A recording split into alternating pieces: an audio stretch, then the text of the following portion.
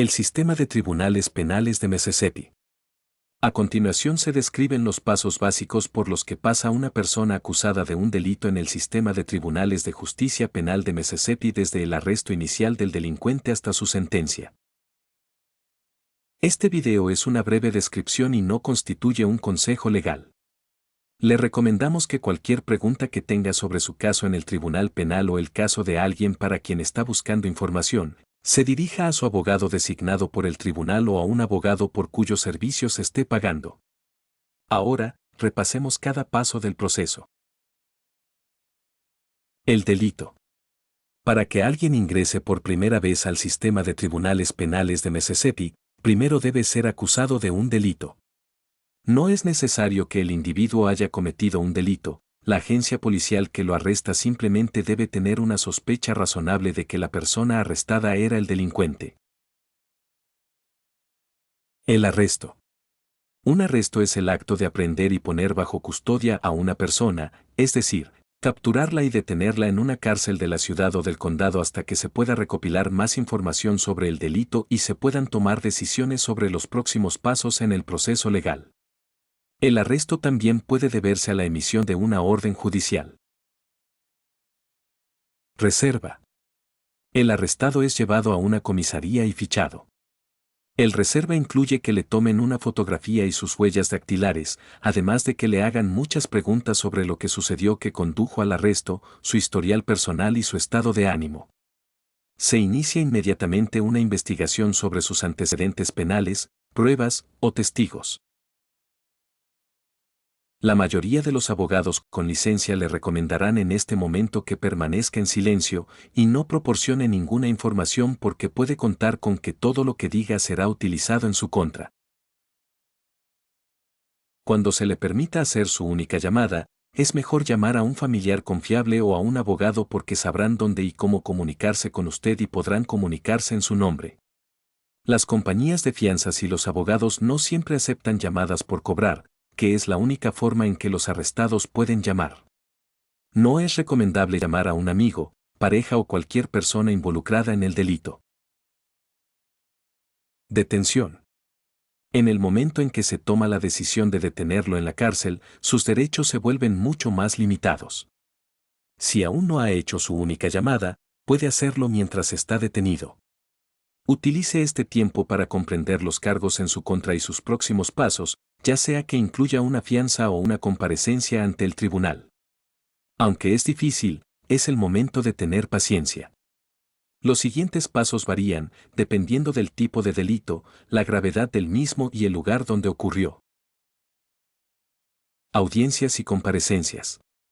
Para que los arrestados tengan el debido proceso, que es el derecho a un trato justo a través del sistema judicial normal, las audiencias y comparecencias se llevan a cabo hasta el momento de la liberación o el juicio.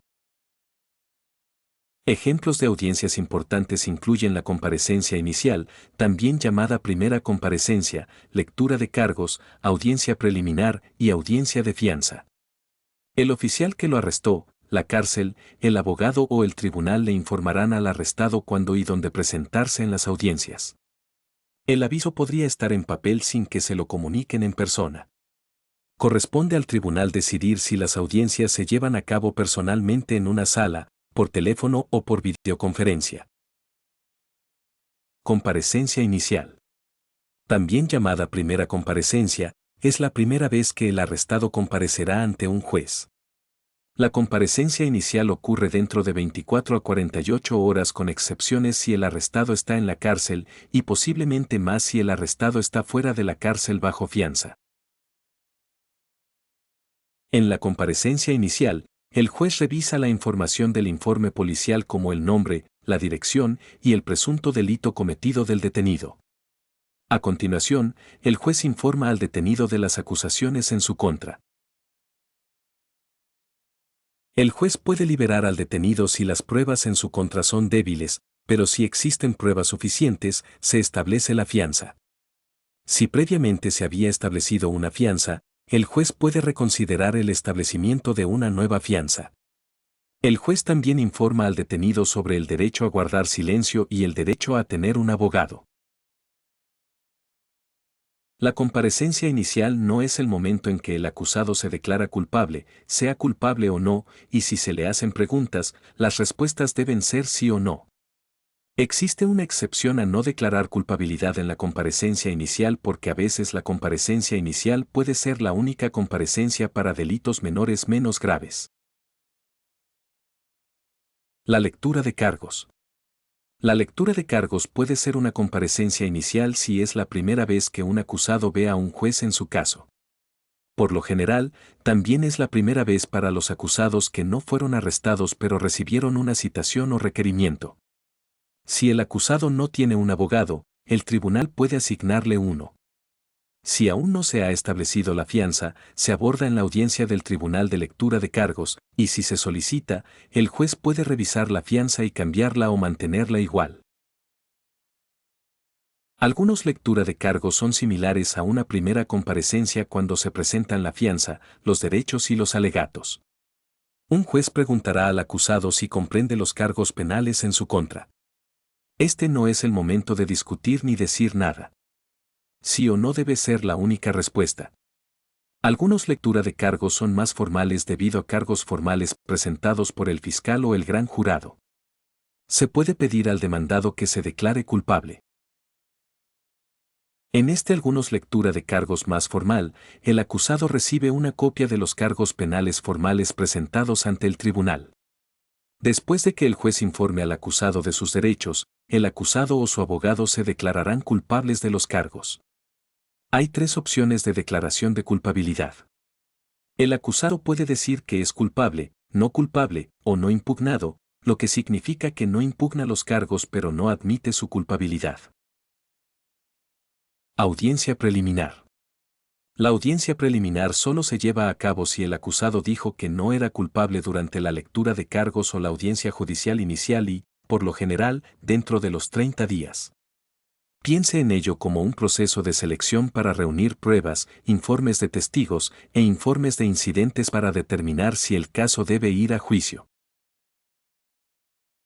En algunos casos, el juez puede decidir que el acusado no es culpable y desestimar los cargos, lo que significa que se le devolverá el dinero de la fianza excepto los gastos judiciales y el acusado puede volver a casa. El acusado puede rechazar la audiencia preliminar e ir a la cárcel y esperar el juicio. Algunas audiencias preliminares se llevan a cabo por videoconferencia. Procedimientos previos al juicio. Los procedimientos previos al juicio comienzan después de la lectura de cargos e incluyen comunicación de ida y vuelta entre los abogados y el tribunal en preparación para el juicio. Los procedimientos pueden incluir solicitudes de descubrimiento de pruebas, mociones previas al juicio, o una conferencia previa al juicio. Descubrimiento es el proceso en el que ambas partes, la acusación y la defensa, recopilan información, entrevistan a testigos, solicitan registros, videos y analizan pruebas. Ambas partes deben compartir la información que han recopilado.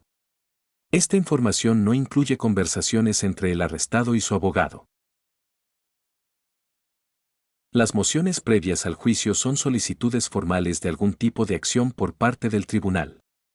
Por ejemplo, existen mociones para suprimir, es decir, retener información injusta. Mociones de aplazamiento, es decir, retrasar el juicio por diversas razones. Moción para desestimar, es decir, retirar un cargo. O mociones de solicitud de descubrimiento. Una conferencia previa al juicio es una reunión entre los abogados de ambas partes y el juez asignado al caso. Los temas discutidos en las conferencias incluyen el material de descubrimiento disponible, qué pruebas o testigos pueden testificar en el juicio, fechas del juicio o circunstancias inusuales que podrían necesitar ser abordadas. Las conferencias previas al juicio se llevan a cabo en persona o mediante videoconferencia. La mayoría de los procedimientos previos al juicio no requieren la comparecencia del acusado. Este es el momento en que las partes discuten un acuerdo llamado acuerdo de culpabilidad. Acuerdo con la Fiscalía. La mayoría de los casos no van a juicio porque ambas partes llegan a un acuerdo de declaración de culpabilidad, en el que ambas partes intentan llegar a un castigo razonable basado en lo que se aprendió en los procedimientos previos al juicio. Solo se puede llegar a un acuerdo de culpabilidad si el acusado admite que es culpable a cambio de un castigo más leve.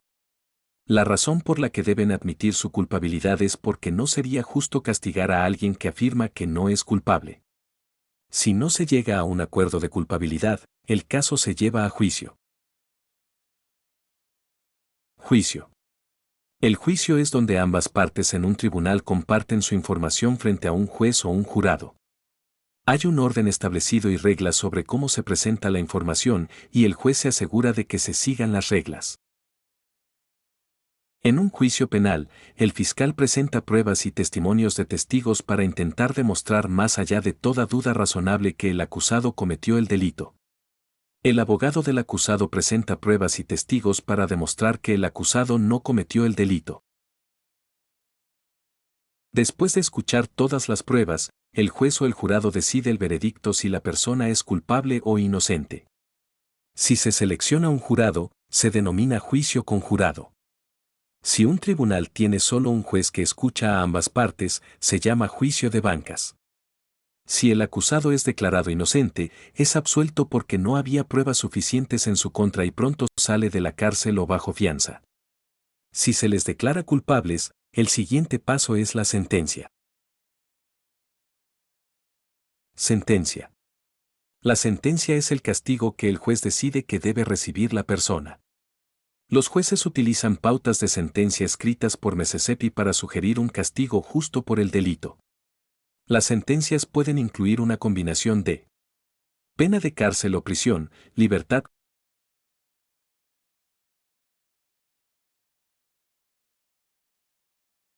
También se puede exigir libertad condicional después de cumplir la pena de cárcel o prisión o en lugar del encarcelamiento.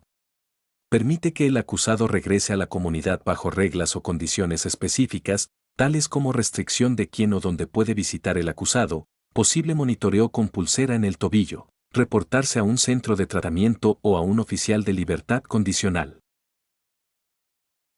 Si una sentencia se considera severa, el abogado del acusado puede solicitar una apelación. Es importante que haga preguntas a su abogado y comprenda los pasos a lo largo del proceso judicial.